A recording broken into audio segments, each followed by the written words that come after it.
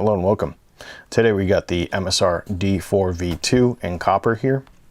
I got this in the Nichia E21A 3500 Kelvin temperature quad emitter, and I got warm white as the switch color. This is the inside of the box. The light comes in a plastic bag like this.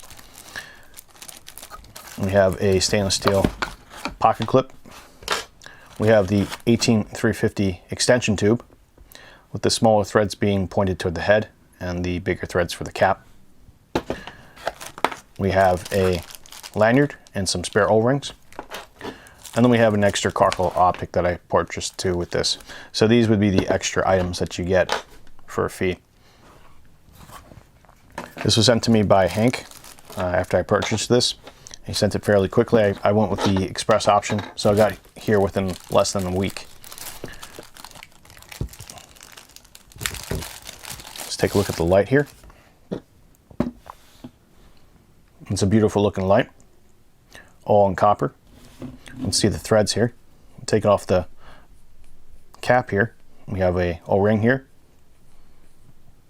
And these appear to be square cut threads, and it's got a nice smooth friction to it. This is the spring and the rear tail cap.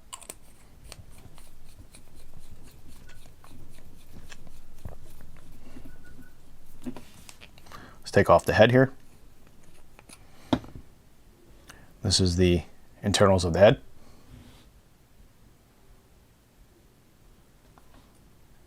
And again, the threads are square cut with the O-ring here for IP67 rating. We got some nice cutout points here for heat sinking. And this is the switch here and the optics, the quad optics with the aux lights inside of them too. Let's go ahead and pop a battery in here. I'm using a Li-Core 3000 milliamp hour battery. This is essentially a 30Q wrapped up in a different wrap. I've used this battery in my FW3T, so I know it'll work in here.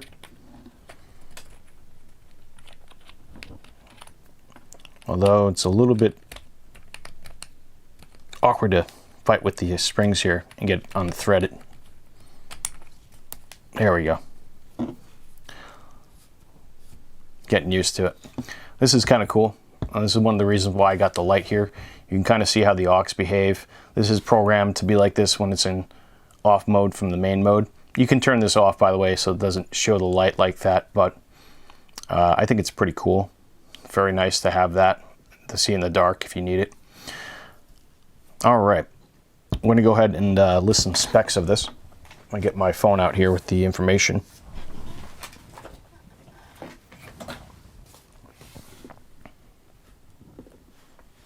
All right, it's a CNC machine from copper. It's got a cargo optic from the UK, made from the UK. It's an anti-reflective coated lens. It's got a unit head construction. It's got very high outputs on the lumen. I think this is about 1200 for the E21A emitter, and you can have this down in moonlight mode. We got an Android UI system in here with the addition of the color mode changing options too of the UI. So you have ramping and stuff. So we turn it on, we can ramp up or down the amount of light. So basically whatever you get with the FW3T, you get with this UI, in addition to having aux lights. I'm not sure how to pronounce this, but it's made with beryllium copper springs, which is 45% IACS superior to stainless steel alloys used for springs, with only 2% IACS. I don't know what that means, but it's what they list. This has temperature step down. It's waterproof and dustproof to IP67 standards. It does come with a 18650 battery, as you can see here, and then you have to purchase another option, which is the 18350 battery here. The dimensions are going to be 96 millimeters in length. The head's going to be 28 millimeters, and the body itself is going to be 24 millimeters. The 18650 length is going to be 65 millimeters, conversely. So much shorter light. We have a listing here of the different emitter options we have. I don't know if you guys can see that, but basically it comes in a Nichia E21A option. 3000 lumens, XPL high at 4300 lumens, SST20 at 6500 Kelvin at 4200 lumens. We have a SST20 at 5000 Kelvin at 420 lumens. You have an SST20 at 4000 Kelvin / 3000 Kelvin with 95 CRI at 3000 lumens. And then we have the version which I have here, which is the Nichia E21A version in 3500 Kelvin temperature rating at 1200 lumens. It uses a free software, basically Android UI, which is made by Toykeeper. And we have a couple images here of the light and the different options. Here we can see the optics inside. We have the Nichia E21A emitters inside. This is the 3500 Kelvin temperature rating option. And we'll turn this on low mode here. You can kind of see how it lights up too. And then I'll show right next to this here. We'll turn this off. And here's the other Carclo floody optic that I got as an option. So you can see it's kind of frosted compared to the clear optic in here. I personally like a little bit more throw with my quad emitters. So this is a perfectly fine functional optic inside.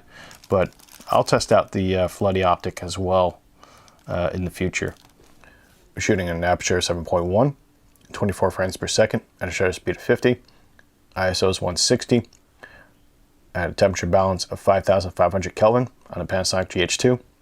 We have the aux light mode here in high, and also the switch mode on high. This is in the amber / yellow color configuration of the aux lights. Let's go ahead and push the button once. Get into memory mode here. We're about a foot off the table now.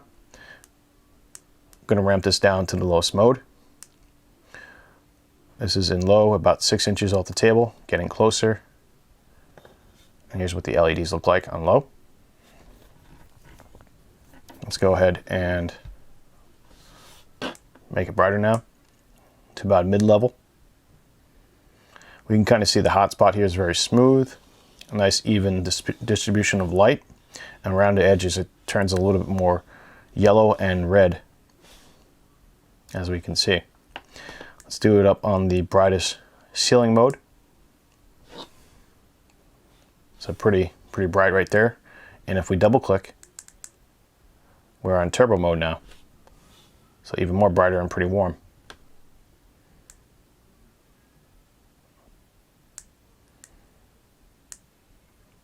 It's a beautiful color, beautiful tint. And as you can see, the side profile of the beam here, it does have some coloration on the edges here. Changes color here, and then finally in the center, which is the most white.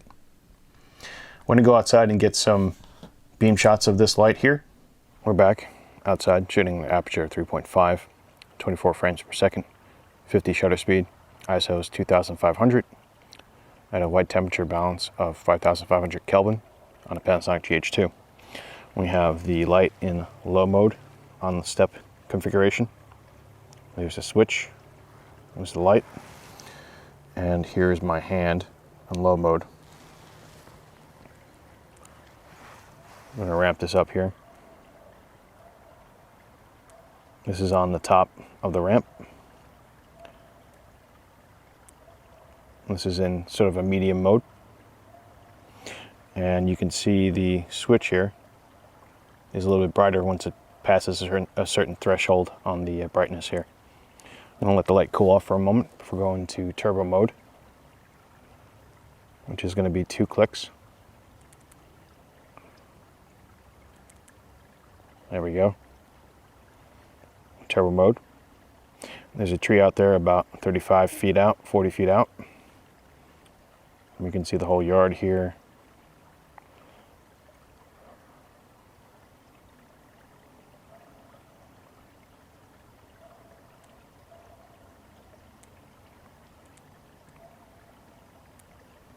Run mode, step mode at number step 3. I'm going to walk out towards the tree.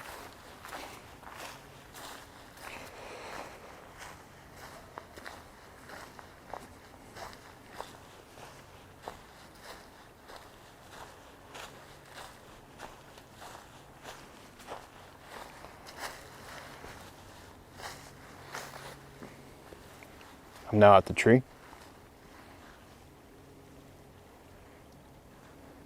We're on step 3. This is the top of the step. This is turbo mode.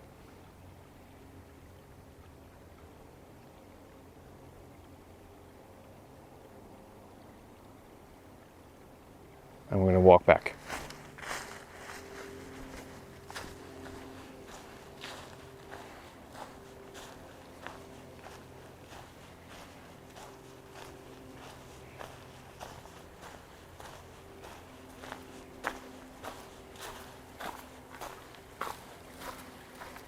In my use of this light for the past couple hours, I've noticed a couple of things. When you're in lockout mode, you can change the setting of the aux lights and the switch light by clicking 3 times. 1, 2, 3. And it'll rotate through different modes. I think there's 4 different modes. There's completely off, there's low mode, there's full brightness mode, and then there's this flash mode, which we're in right now. And it cycles through those 4 different modes when you're in lockout mode. 1, 2, 3, and this should turn off the light here, the switch and the aux. 1, 2, 3, and we should have a little bit of a glow there. You can kind of see that, and the switch will glow too. 1, 2, 3, and then it goes back to the highest setting for the aux lights and the switch lights there. And we do 1, 2, 3, 4. And it's very similar to the lockout modes. So you can also hold down 1, 2, 3 or 1, 2, 3, 4, 5, 6, 7, hold, and it'll rotate your light and you release what kind of light you want for the aux. I also had to modify the step 1, 2, 3. I think we're in step mode now. Nope, we're at 1, 2, 3. I had to modify the step mode low floor. Normally it did come, I think, set at number 2 from the factory when I got it. But if you set it for, like, say 0 or 1, what will happen is once you ramp this up to its full brightness and then you ramp it back down, I've noticed that the LEDs will come back down to no LEDs on at all, but your switch will be on.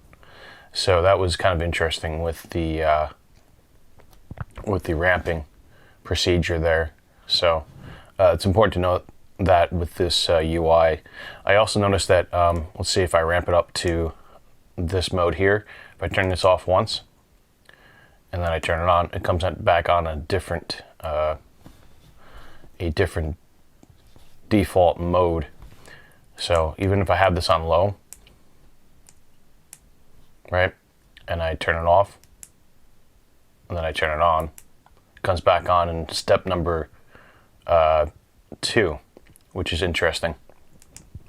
Also, if I lock this out, 1, 2, 3, 4, and I go to hold down the light, I get my low mode.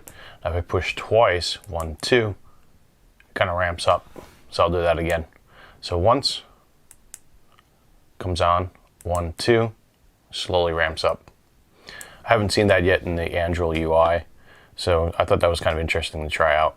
Some final thoughts on the Emisar D4v2 in full copper. Overall, I really like the light. I enjoyed its different modes, the aux LEDs inside. I enjoy the amount of options you can purchase with the light, add-on options. I enjoy the light up E-switch here. I do like the machining and the body and the texture. Everything feels very high quality. I like the lanyard. I like the fact that it can tail stand. And I like the way they designed the heat sinks on the copper head here. So it's very efficient at dissipating heat versus some other lights that may not have this kind of heat sinking idea. Overall, it's definitely a good light to buy if you're looking to collect a nice, beautiful copper light, especially one with the unique E-switch light up and aux LED configuration. I find that very useful to have, and overall, I think it's a great light to have. It's just beautiful looking, and it's easily my most expensive light that I purchased thus far in my journey of getting into flashlights. This one was about $100 plus about $20 something for shipping. or thereabouts, with the included tube, the Carclo optic, and the pocket clip here. I think one or two of the negatives about this light is the pocket clip. As you can see, it doesn't have really any retention on it. So a quick fix would be to just bend this a little bit further down while holding this apart. So problem solved. But other than that, not really too much negative to say about this other than my specific preference, and it's not really a negative. I don't like exposed rubber boots, so maybe in the future a hardened plastic boot here that's still kind of clear that the LEDs can shine through would be maybe a better idea, or maybe a tail clicky switch, light up tail clicky switch would be kind of cool too. Again, I don't know. You know, it's just an opinion. The model that I have here doesn't have the raised bezel around it, which I felt wasn't really necessary, and it's not. If you want to go with the raised bezel, more power to you. I think that would be good for some people. I do like the raised option here. It kind of stops it from rolling on that side. Overall, if you're looking for a collection light with aux LEDs, this is the light to get. It comes in titanium also, with a copper heat sinking around the head here, and it also comes in aluminum and I think brass as well. So check it out. It's Noctagon Emisar. I think the creator's name is Hank Wang, if I'm not mistaken. So check out his stuff. Thanks for watching, guys.